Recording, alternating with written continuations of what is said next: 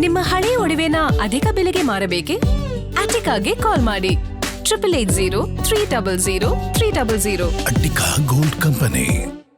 ಇನ್ನು ಡಿಕೆಶಿ ಟೀಮ್ ಯಾವ ರೀತಿ ಆಗಿದೆ ಅಥವಾ ಡಿಕೆ ಶಿವಕುಮಾರ್ ಅವರು ದೆಹಲಿಗೆ ತೆಗೆದುಕೊಂಡು ಹೋಗಿರುವಂತ ಲಿಸ್ಟ್ ನಲ್ಲಿ ಯಾರ್ಯಾರ ಹೆಸರಿದೆ, ಯಾವ್ಯಾವ ನಾಯಕರಿದ್ದಾರೆ ಅನ್ನೋದನ್ನ ಗಮನಿಸ್ತಾ ಹೋಗೋಣ. ಬಹಳ ಪ್ರಮುಖವಾಗಿ ಕೇಳಿ ಬರ್ತಾ ಇರುವಂತ ಹೆಸರು ಪ್ರಿಯಾಂಕ್ ಖರ್ಗೆ. ಚಿತ್ತಾಪುರ ವಿಧಾನಸಭಾ ಕ್ಷೇತ್ರದ ಶಾಸಕರು, ಎಐಸಿಸಿ ಅಧ್ಯಕ್ಷ ಮಲ್ಲಿಕಾರ್ಜುನ ಖರ್ಗೆ ಅವರ ಸುಪುತ್ರ ಪ್ರಿಯಾಂಕ್ ಖರ್ಗೆ ಅವರ ಹೆಸರು ಬಹಳ ಪಟ್ಟಿಯಲ್ಲೇ ಫಸ್ಟ್ ಇದೆ. ಅದಾದ ನಂತರ ಲಕ್ಷ್ಮೀ ಹೆಬ್ಬಾಳ್ಕರ್ ಅವರು ಬರ್ತಾರೆ. ಲಕ್ಷ್ಮೀ ಹೆಬ್ಬಾಳ್ಕರ್ ಅವರು, ಪ್ರಿಯಾಂಕ್ ಖರ್ಗೆ ಅವರು ಈಗಾಗಲೇ ಸಚಿವರಾಗಿ ಕಾರ್ಯವನ್ನ ನಿರ್ವಹಿಸಿದ್ದಾರೆ ಸಿದ್ದರಾಮಯ್ಯನವರ ಅವಧಿಯಲ್ಲಿ. ಸೊ ಅದಾದ ನಂತರ ಲಕ್ಷ್ಮಣ ಸವದಿ ಅವರು ಬಿಜೆಪಿಯಲ್ಲಿ ಇದ್ರು, ಮತ್ತೆ ಅವ್ರಿಗೆ ಬೇರೆ ಬೇರೆ ಕಾರಣಾಂತರಗಳಿಂದ ಅವರು ಕಾಂಗ್ರೆಸ್ಗೆ ಹೋದ್ರು. ಜೊತೆಗೆ ಸಿದ್ದರಾಮಯ್ಯನವರ ಅವಧಿಯಲ್ಲೇ ಅವರು ಮಂತ್ರಿ ಆಗಬೇಕಾಗಿತ್ತು, ಅನಿವಾರ್ಯ ಕಾರಣಗಳಿಂದ ಅವರು ಮಂತ್ರಿ ಆಗಲಿಲ್ಲ. ಬಟ್ ಡಿಕೆ ಶಿವಕುಮಾರ್ ಅವರ ಈ ಒಂದು ಅವಧಿಯಲ್ಲಿ ಅವರು ಮಂತ್ರಿ ಆಗುವಂತ ಸಾಧ್ಯತೆ ದಟ್ಟವಾಗಿ ಕಾಣಿಸ್ತಾ ಇದೆ. ಇದು ಡಿಕೆಶಿ ಟೀಮ್ನ ಹೆಸರುಗಳು ವಿತ್ ಫೋಟೋ.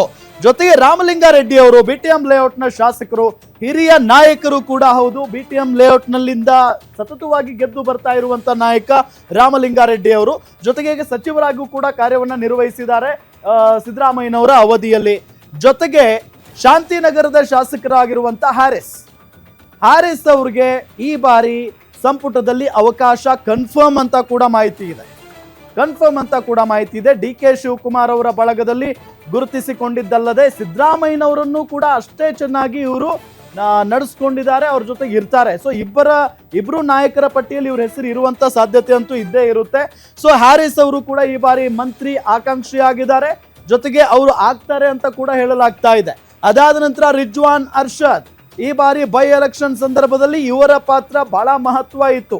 ಎಸ್ಪೆಷಲಿ ದಾವಣಗೆರೆ ದಕ್ಷಿಣ ವಿಧಾನಸಭಾ ಕ್ಷೇತ್ರ ಅಂತ ಬಂದಾಗ ರಿಜ್ವಾನ್ ಅರ್ಷದ್ ಅವರು ಅಲ್ಲಿ ಬಹಳ ಓಡಾಡಿ ಕೆಲಸ ಮಾಡಿದ್ದಾರೆ. ಅಲ್ಲಿದ್ದಂತ ಬಂಡಾಯ ಶಮನಕ್ಕೆ ಇವರು ಬಹಳಷ್ಟು ದುಡಿದಿದ್ದಾರೆ ಅಂದ್ರೂ ಕೂಡ ತಪ್ಪಾಗ್ಲಿಕ್ಕಿಲ್ಲ.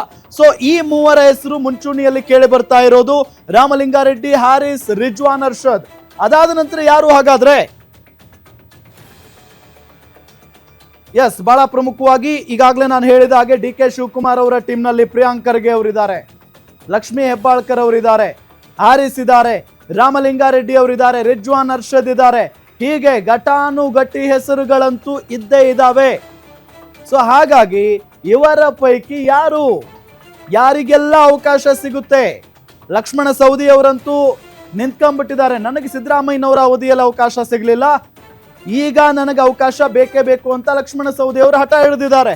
ಸೊ ಹಂಗಾಗಿ ಹೊಸಬರಿಗೆ, ಹೊಸ ಮುಖಗಳಿಗೆ ಅವಕಾಶ ಸಿಗುವಂತ ಸಾಧ್ಯತೆನೇ ದಟ್ಟವಾಗಿ ಕಾಣಿಸ್ತಾ ಇರೋದು. ಇನ್ನು ಬಹಳ ಪ್ರಮುಖವಾಗಿ ಸಲೀಂ ಅಹಮದ್ ಅವರ ಹೆಸರು ಕೂಡ ಮುನ್ನೆಲೆಗೆ ಬಂದಿದೆ. ಸಲೀಂ ಅಹಮದ್ ಹೆಸರು ಇದೆ. ತನ್ವೀರ್ ಸೇಠ್ ಇದ್ದಾರೆ, ತನ್ವೀರ್ ಸೇಠ್ ಹಿರಿಯ ನಾಯಕರು. ಸೊ ಅವರ ಹೆಸರು ಕೂಡ ಡಿಕೆಶಿ ಅವರ ಒಂದು ಲಿಸ್ಟ್ ನಲ್ಲಿದೆ. ಜೊತೆಗೆ ಚಲುವರಾಯಸ್ವಾಮಿ ಅವರು ಈಗ ಸಿದ್ದರಾಮಯ್ಯನವರ ಅವಧಿಯಲ್ಲಿ ಕೃಷಿ ಸಚಿವರಾಗಿ ಕೆಲಸವನ್ನ ಮಾಡಿದ್ದಾರೆ. ಚಲುವರಾಯಸ್ವಾಮಿ ಅವರು ಮತ್ತೊಮ್ಮೆ ಮಂತ್ರಿ ಆಗುವ ಆಸೆಯನ್ನ, ಇಂಗಿತವನ್ನ ವ್ಯಕ್ತಪಡಿಸಿದ್ದಾರೆ. ಜೊತೆಗೆ ಬಾಲಕೃಷ್ಣ ಅವರು, ಮಾಗಡಿ ಬಾಲಕೃಷ್ಣ ಅವರಿದ್ದಾರೆ. ಟಿ ಬಿ ಜಯಚಂದ್ರ ಅವರ ಹೆಸರು ಮುನ್ನೆಲೆಗೆ ಬಂದಿದೆ. ಜೊತೆಗೆ ಅವರಿಗೆ ಈ ಬಾರಿ ಅವಕಾಶ ಸಿಗುತ್ತೆ ಅಂತ ಕೂಡ ಹೇಳಲಾಗ್ತಾ ಇದೆ. ಅದಾದ ನಂತರ ಶಿವಲಿಂಗೇಗೌಡರು ಕಳೆದ ಬಾರಿ ಸಿದ್ದರಾಮಯ್ಯನವರ ಸಂಪುಟದಲ್ಲಿ ಇರಬೇಕಾಗಿತ್ತು, ಬಟ್ ಕಾರಣಾಂತರಗಳಿಂದ ಅದು ಆಗಲಿಲ್ಲ. ಹಾಗಾಗಿ ಈ ಬಾರಿ ಡಿಕೆ ಶಿವಕುಮಾರ್ ಅವರ ಸಂಪುಟದಲ್ಲಿ ಟಿ ಬಿ ಜಯಚಂದ್ರ ಮತ್ತು ಶಿವಲಿಂಗೇಗೌಡರು ಇದ್ದೇ ಇರ್ತಾರೆ ಅಂತ ಕೂಡ ಹೇಳಲಾಗ್ತಾ ಇದೆ. ಅದಾದ ನಂತರ ಸ್ಪೀಕರ್ ಯು ಟಿ ಖಾದರ್ ಅವರು ಈ ಬಾರಿ ಆಕಾಂಕ್ಷಿಯಾಗಿದ್ದಾರೆ. ಬಟ್ ಅವರು ಮಾತಾಡ್ತಾ ಇರುವಂತ ಶೈಲಿ ನೋಡಿದ್ರೆ ನಾವು ಯಾವುದೇ ರೀತಿಯಾದಂತ ಯಾವುದೇ ಹುದ್ದೆಗೂ ಆಕಾಂಕ್ಷಿಯಲ್ಲ. ಹೈಕಮಾಂಡ್ ನಾಯಕರು ಏನ್ ಹೇಳ್ತಾರೆ, ಸಿದ್ದರಾಮಯ್ಯನವ್ರು ಏನ್ ಹೇಳ್ತಾರೆ, ಡಿ ಕೆ ಶಿವಕುಮಾರ್ ಏನ್ ಹೇಳ್ತಾರೆ, ಅದೇ ಫೈನಲ್. ನಮ್ಮನ್ನ ಪಕ್ಷ ಬೆಳೆಸಿದೆ, ಸೊ ಪಕ್ಷ ಏನ್ ಹೇಳುತ್ತೋ ಅದಕ್ಕೆ ನಾನು ಬದ್ಧನಾಗಿರ್ತೀನಿ ಅನ್ನೋ ನಿಟ್ಟಿನಲ್ಲಿ ಯು ಟಿ ಖಾದರ್ ಅವರು ಮಾತಾಡಿದ್ದಾರೆ. ಜೊತೆಗೆ ಅವರು ಈ ಸಾರಿ ಮಂತ್ರಿ ಆಗೇ ಆಗ್ತಾರೆ ಅಂತ ಕೂಡ ಹೇಳಲಾಗ್ತಾ ಇದೆ. ಅದಾದ ನಂತರ ಸಿದ್ದರಾಮಯ್ಯನವರ ಅಚ್ಚುಮೆಚ್ಚಿನ ಒಬ್ಬ ವ್ಯಕ್ತಿ ಇದ್ದಾರೆ ಅಥವಾ ನಾಯಕ ಇದ್ದಾರೆ ಅಂತ ಅಂದ್ರೆ ಅದು ಮಧು ಬಂಗಾರಪ್ಪನವರು. ಈಗಾಗಲೇ ಶಿಕ್ಷಣ ಸಚಿವರಾಗಿ ಕೆಲಸವನ್ನ ಮಾಡ್ತಾ ಇದ್ದಾರೆ. ಆ ನಿಟ್ಟಿನಲ್ಲಿ ಈ ಬಾರಿಯೂ ಕೂಡ ಅವರೇ ಮುಂದುವರಿಲಿ ಅನ್ನೋದು ಡಿ ಕೆ ಶಿವಕುಮಾರ್ ಅವರ ಅಭಿಲಾಷೆ ಆಗಿರುತ್ತೆ. ಅವ್ರಿಗೂ ಅವಕಾಶ ಸಿಕ್ಕರೂ ಕೂಡ ಅನುಮಾನ ಇಲ್ಲ. ಅದಾದ ನಂತರ ಸಂಗಮೇಶ್ ಅವರಿದ್ದಾರೆ, ಜೊತೆಗೆ ರೂಪಕಲಾ ಶಶಿಧರ್ ಅವರ ಹೆಸರು ಕೂಡ ಕೇಳಿ ಬರ್ತಾ ಇರೋದು. ಇನ್ನು ಶ್ರೀನಿವಾಸ್ ಮಾನೆ, ಹಾನಗಲ್ ವಿಧಾನಸಭಾ ಕ್ಷೇತ್ರದ ಶಾಸಕರಾಗಿರುವಂತ ಶ್ರೀನಿವಾಸ್ ಮಾನೆ ಅವರ ಹೆಸರು ಕೂಡ ಮುನ್ನೆಲೆಗೆ ಬಂದಿರೋದು. ಸೊ ಆ ನಿಟ್ಟಿನಲ್ಲಿ ನಾಗೇಂದ್ರ ಅವರಿದ್ದಾರೆ, ಅಂದ್ರೆ ಬಳ್ಳಾರಿ ಗ್ರಾಮೀಣ ವಿಧಾನಸಭಾ ಕ್ಷೇತ್ರದ ಶಾಸಕರು ನಾಗೇಂದ್ರ ಅವರು. ಕಳೆದ ಬಾರಿ ಸಿದ್ದರಾಮಯ್ಯನವರ ಅವಧಿಯಲ್ಲೂ ಕೂಡ ಇವರು ಸಚಿವರಾಗಿ ಕಾರ್ಯವನ್ನ ನಿರ್ವಹಿಸ್ತಾ ಇದ್ರು.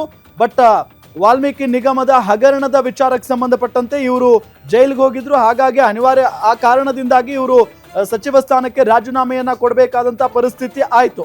ಸೊ ಹಾಗಾಗಿ ಈಗ ಮತ್ತೊಮ್ಮೆ ಅವರು ಆಕಾಂಕ್ಷಿಯಾಗಿದ್ದಾರೆ. ಇನ್ನು ಬಸವರಾಜ್ ದಡ್ಡಲ್, ಸುಬ್ಬಾರೆಡ್ಡಿ, ಶರತ್ ಬಚ್ಚೇಗೌಡ, ಅಜಯ್ ಸಿಂಗ್, ಹೀಗೆ ಬಹಳಷ್ಟು ನಾಯಕರ ಹೆಸರುಗಳು ಡಿ ಕೆ ಶಿವಕುಮಾರ್ ಅವರ ಲಿಸ್ಟ್ ನಲ್ಲಿದ್ದಾವೆ.